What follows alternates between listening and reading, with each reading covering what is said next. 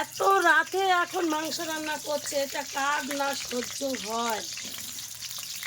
এখন খেয়ে দে শোয়ার টাইম, আর এখন মাংস রান্না করছে। ওরে বাবা, আমার গায়ে তেল ছিটকে দিল।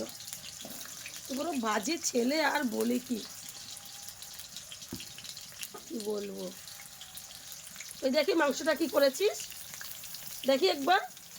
আরে দেখি না কি করেছিস। কি আর বলবো তোমাদের, দেখে নাও। রাত বাজতে গেছে 10টা, এখন মাংস রান্না করছে।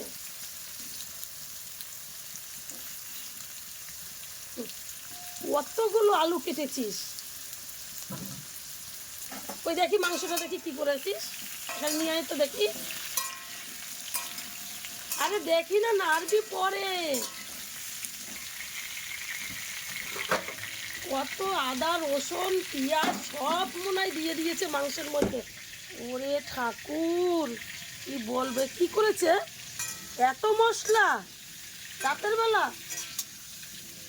দেখো একটু তোমরা, কত মশলা দিয়েছে। এই দেখো আলু ভাজছে, এখানে ভাজা হচ্ছে, আর এই যে এত মশলা দিয়েছে মাংসের মধ্যে। এই রাতের বেলা এত মশলা খাওয়া ঠিক? আমার তো একদমই ঠিক না।